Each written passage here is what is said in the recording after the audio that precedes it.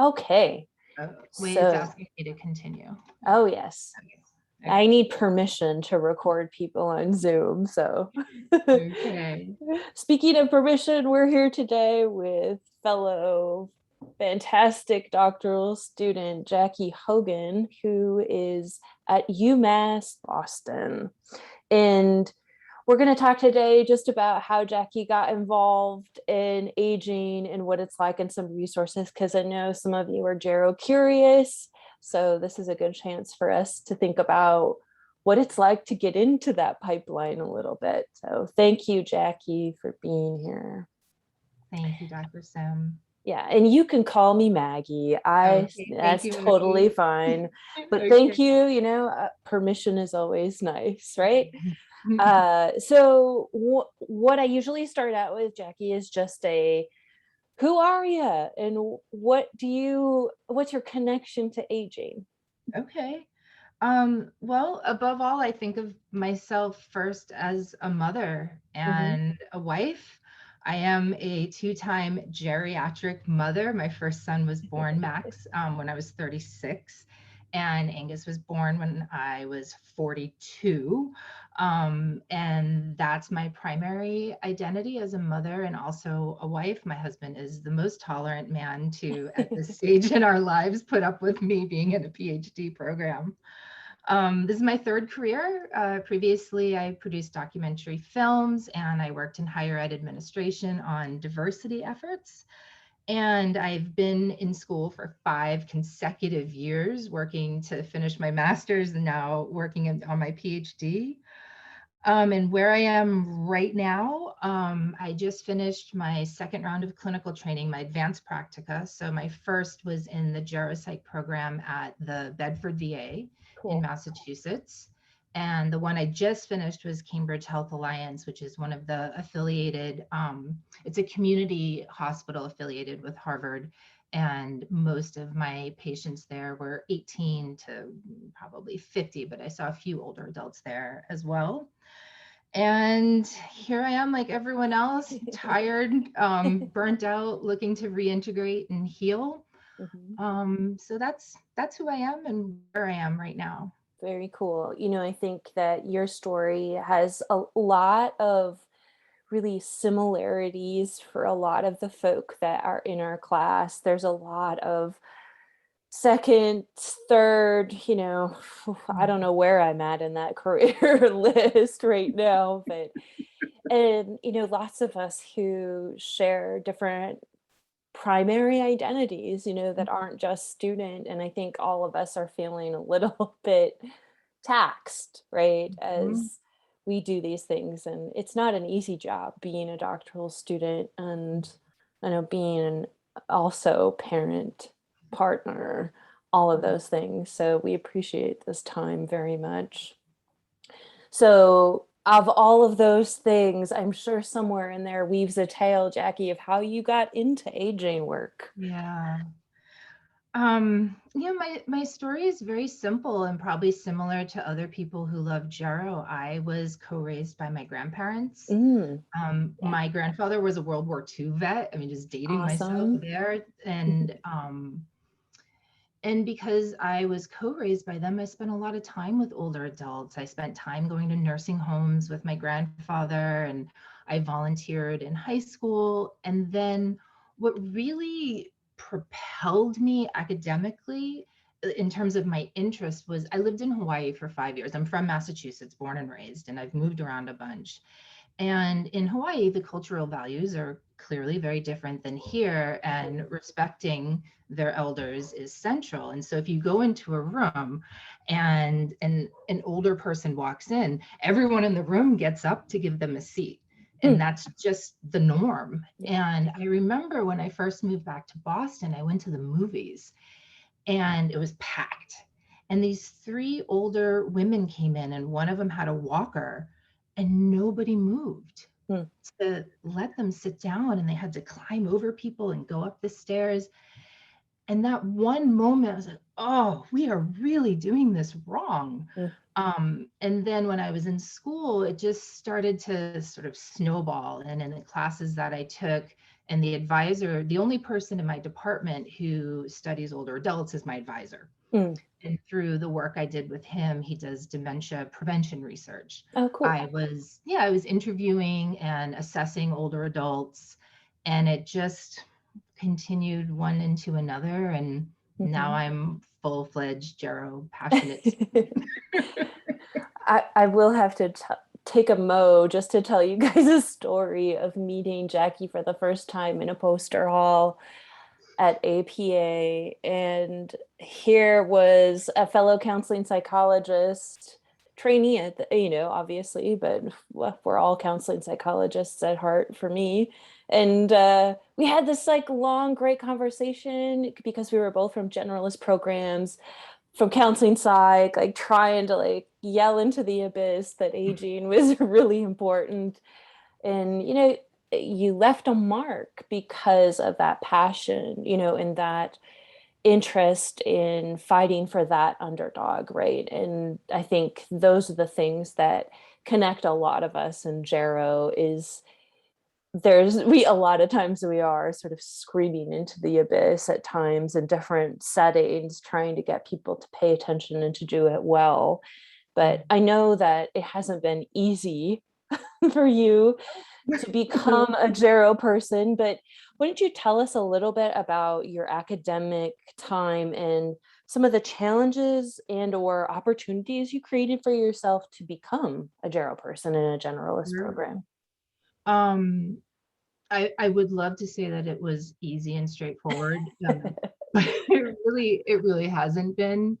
And meeting you at that poster event was so awesome because I felt like I'm just standing in front of my poster for an hour, and I put all this effort into it. It was about increasing the representation of older adults in curricula. Yeah. And that is one of the challenges. I got to school and it was like the lifespan ends at a middle age, and then there's no other lifespan. This is Mhm. wrong. It's just wrong. And so I did a lot of self-study. And I would say the number one thing that I've done that I would also say was strategic and good time management was I integrated older adults or wrote exclusively about them in my assignments. There And you then go. I also strategically aligned it with my dissertation. So I was building on my knowledge the whole time and Perfect. hopefully decreasing the work for my dissertation, which I'll be writing this year, Good although I luck. doubt that. um, and then outside of that, I joined a number of listservs and societies, and I watched a lot of webinars. Mm-hmm. So I would take extra time. Also, to get board certified as a geropsychologist, you need a certain number of hours. And Mm-hmm. so watching the webinars builds towards that portfolio that ultimately will help me get board certified. So it's all Awesome. very strategic. Yeah. Um, and then I applied to the geropsych program at the Bedford VA, and I got accepted, which was so great. Awesome.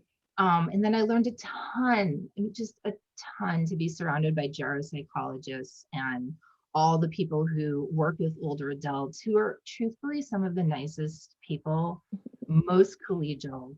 And then that in that environment, also it's very multidisciplinary and Yep. interdisciplinary. So I you love literally are it. sitting with doctors and nurses and social workers and the nutritionists and the nurses' aides, and you just see the whole person, Mm-hmm.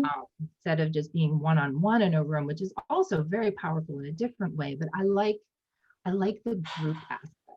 Yeah. So I'm not sure I answered your You question. did. Okay, You good, did. good. I felt myself rambling a little bit. No, no. I think you get, like me, you get kind of lost in the stories of your Yeah. experiences because they are really impactful. And I think that that happens for a lot of us, whatever our passion is. And I'm glad that you mentioned interdisciplinary and multidisciplinary, Jackei, because that's one of the things that if that's your bag and that, scratches the itch that you have in therapy, which I think a lot of us are interested in those dynamic environments. And as you said, whole person treatment, aging is absolutely one of those places where you will find it because oftentimes you are in either inpatient medical settings or primary care where everybody is at the table at a team. And I think that those experiences were some of the best that I had, which kept me going. And it kind of like wheedles your way then into aging at times because you just have a caseload, or you're at the VA, and there's a lot of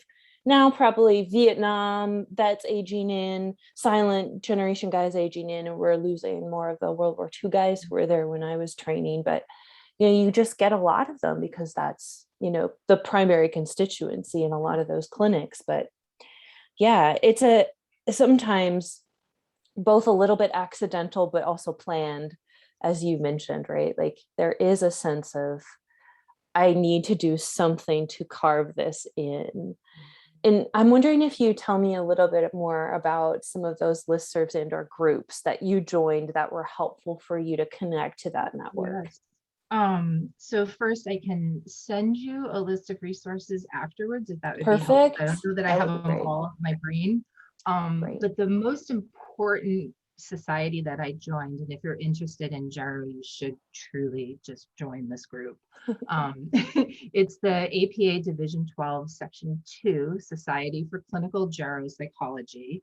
Our website is geropsychology.org. I'm the student rep, so you can Yay. contact me for more information. But this is a niche group of geropsychologists and students interested in gero who are all things gero. And there's a Mm-hmm. pretty active listserv. And I've had questions about things that I didn't understand, or that I was looking for guidance on, and people respond in very detailed ways. And it's a great way to network and get involved, and also continue your learning. Also a super nice group of people. So Yeah. that's the primary recommendation. And then Gero Central has a lot of information. And Mm-hmm. then the Gerontological Society of America is a fantastic and interdisciplinary group. 12-2 is not as interdisciplinary. Those are the ones that come to the top of my mind. And then I got a little grant from my school, and I volunteered at our local elder services. Very cool. So yeah, the grant paid for some of my childcare so that I was able to go Yay. volunteer. And so experiences like that too, sort of hands-on in the community, and my clinical training, working it in my course load, and then the societies and groups for networking. Sounds like a lot and too much, and it is. So don't overextend yourself. This is true. But if you look at like the typical doc life, there Yeah. are, we have our fingers in a lot of things. It's just the Yeah. choices we make to do that. But Mhm. again, I'm really, really super thankful that you brought up volunteering, because I think that's also one of the ways that I have been able to, and I've heard some of the folk in class talk about volunteer experiences at different types of aging communities. But one of my favorite things to do when I was in Kansas working in academia was Meals on Wheels every week. Yes. It was then that I felt the most connected, Mhm. because you're actually, dealing with not just older adults, which is fantastic, but you're dealing with the services in which you're recommending for people, Yes. right? So Yes. I think the more you know about the network that's around you, like Jackei, it sounds like you know a lot about what's available for older adults in Boston, because that's places that you work. And that is also key knowledge when you're working with older adults, because there are a lot of support services that are needed Yes. to help kind of work the machine that is Mhm. elder services. So Oh, I have one more recommendation just yeah, popped in. yeah.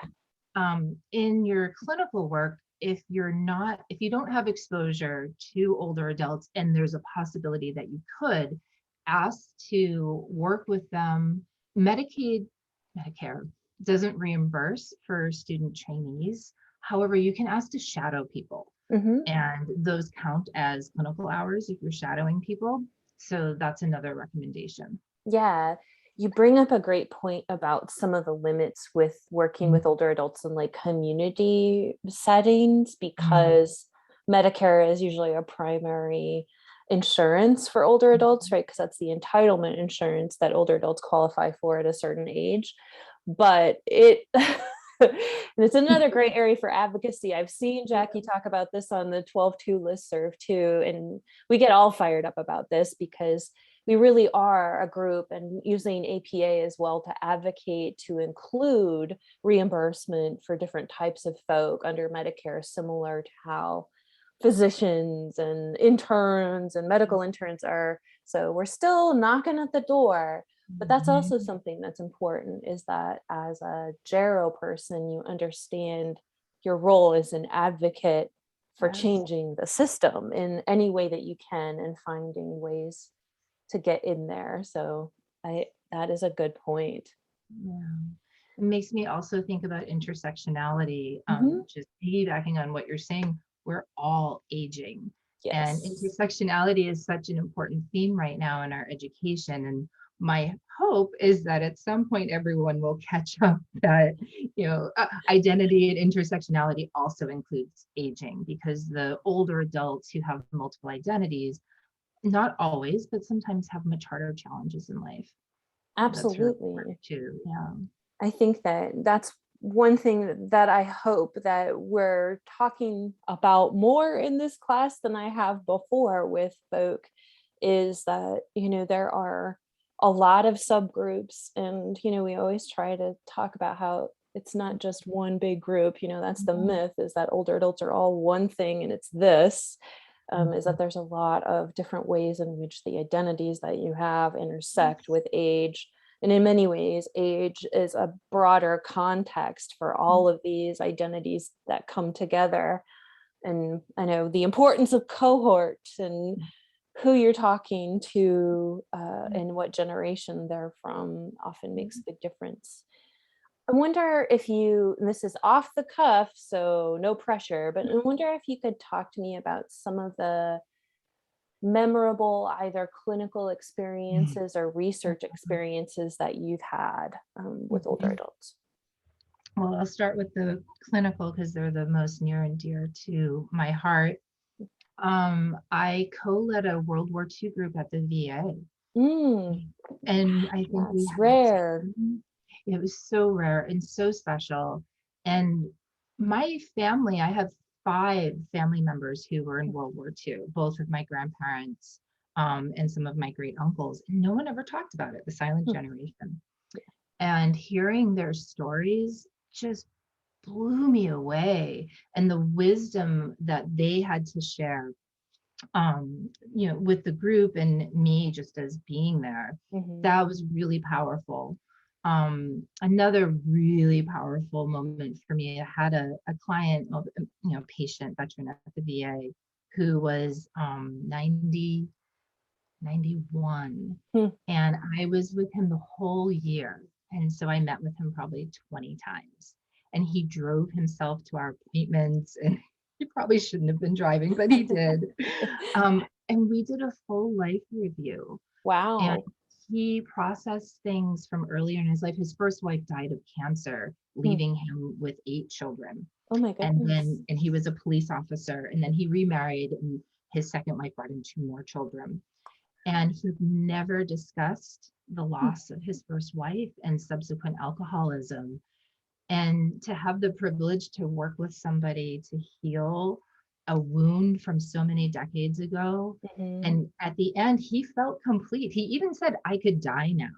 Huh. And I felt so honored that he felt safe enough to share that with me. And what I learned from him was incredible. It also makes me think of, I had a rotation on hospice, Oh yes. and yeah, connecting with people at end of life, and processing their regrets and helping them have final words with their loved ones. Hmm. So powerful, so powerful. Yeah. Those are definitely some of the things that stick with you. I think a lot of questions that I've had from our class have had to do with these sort of, um, closure issues and life Mhm. review. That, I think life review is one of those key things, Jackei, that if you don't do aging, you don't really talk about or learn much. I mean, there is part of it that is integrated into some trauma work at times, but it's For not the sure. sort of same life course view, I think. And potentially, that is something that is a truly powerful tool, and something that hopefully they'll get more exposure to. We have Dr. Jessica Strong coming to Oh, give us a great. mental health and aging lecture, but also, like, I think that that's something that we'll also need to bring up in end of life, because it is a Yeah. really powerful tool to have in your clinical toolbox when you're Oh, working with yeah. anyone, but in particular when you get later in the life course, when you Hmm. have lots of accumulated events to integrate. So thanks for bringing that up. But I cut you off. Do you have anything that's research related, or maybe even Oh, sure. dissertation that's really Yeah. got your wheels spinning? Yeah, so my dissertation is focused on revisiting cognitive measures to assess for preclinical dementia. So Oh, right nice. now, all of our funding is mostly moving towards biomarker and brain-based research, which is Mm-hmm. great and necessary, but the investment, I would argue, is a weighted disproportional investment. And there are things that we can do, like track cognition using simple cognitive measures over time. And what I'm doing is using machine learning, and I'm doing Cool. a secondary analysis of the ADNI data set. Oh, And nice. yeah, and looking at the brain changes, well, on the cognitive test, on using only four, my preliminary analysis showed that I could predict a dementia diagnosis years before the clinician, That's with fantastic. like an 85% accuracy rate. I need to redo it, but for me, I'm really interested in lifestyle and not waiting until it's too late, Yeah. but working with people earlier when they start having some cognitive decline, because we have a body of research showing that Yes. lifestyle changes work. The things we Yes. know we should do, diet, exercise, modifiable risk factors, just do them. And so my last training was in primary care. So I learned a lot of the techniques to work with folks to inspire behavioral activation and life changes and support along the way.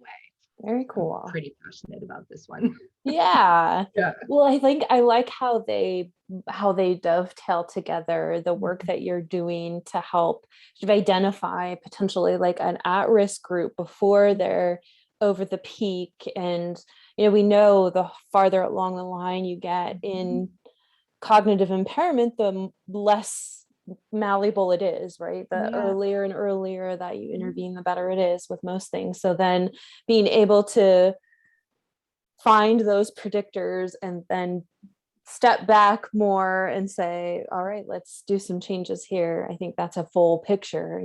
I think that that's very cool. It's also more socially just. Not everybody has access to an MRI Yeah. or a neuropsych. I mean, the ratio of people with dementia to neuropsychologists is like less than 1%.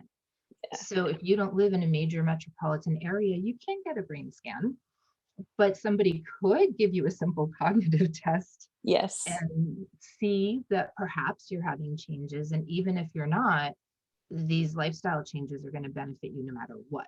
Mm-hmm. Mm-hmm. So that's how Absolutely. I think about it. It's more socially just. That's my primary reason for doing I think that's a pretty solid set of values there. it. Thanks. Yeah, if you're not passionate about your dissertation, oof. You're gonna hate it in 6 months anyway, so you better like have some value ties to it somewhere. So true. Well, Jackie, the last thing that I want to ask, and you've given some of this as we go along, but is there pieces of advice that you have as a doc student who's kind of been along this journey Yeah. for these students, to say, if you're interested or if you are working with gero people, like any advice for them? Yeah, so I mean, just to summarize what I said, joining the societies, being active, don't be afraid to ask questions. We want to grow the pipeline. Yes. Geropsychologists are passionate about bringing on students. So don't be afraid to talk to people and join societies and ask questions. Into putting it into your homework assignments is really clutch. Volunteering, if you have the bandwidth, we don't all have that bandwidth, but if you do, that's a great thing. Even just spending time with your family and then talking about that in interviews, if you're trying to get a gero position but you haven't had the opportunity, everyone knows that it's hard to come by. So Hmm. just being open with what your interests are. And I would say above all, just trust yourself. We have a lot of, like everything, negative messages from society about all sorts of things. And I believe, because I'm hopeful in my heart, that it's only a matter of time until older adults, I mean, even just based on population demographics, are going to rise significantly in the work that we do and the focus that's spent on them. It's also a great career opportunity. You're going to Hmm. expand so much in terms of who you can treat and your learning and earning potential. Yes. Those are great bits. I couldn't have said it better myself. Having someone who's fresh out there, I think works because my advice is like 15 years old, but